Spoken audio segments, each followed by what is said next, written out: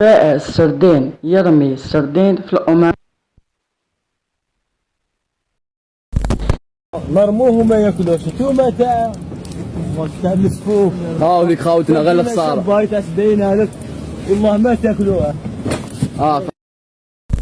كيما شفتوا هاد السيد يا خوتي رمى حاشاكم السردين في لابوبال، وهذه حاجه غلطه يا خوتي.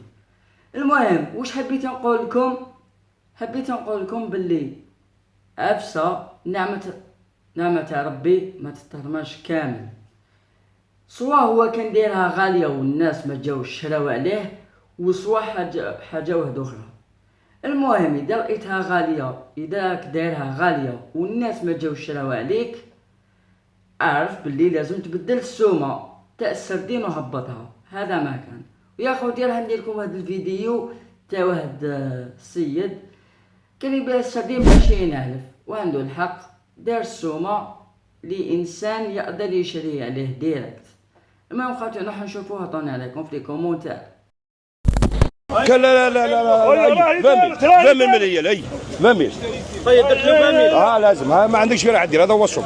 راني عارف بلي راه عندي الحوت قوي كاع. فامي لا عطي له.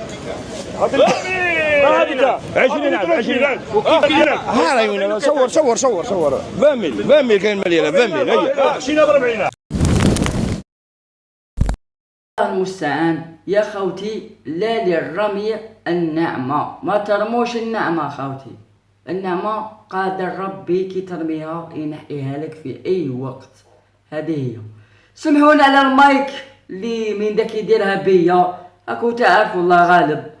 وما تنساوش اي واحد يعجبو المحتوى تاع رياكشن يدير ابوني في لاشين، وما تنساش ثاني هذا الفيديو ديرلو جيم باش ينتشر، وما تنساش تاني تصلي على الرسول صلى الله عليه وسلم، وما تنساش تاني اخواننا في غزة الله ينصرهم على قوم الكافرين.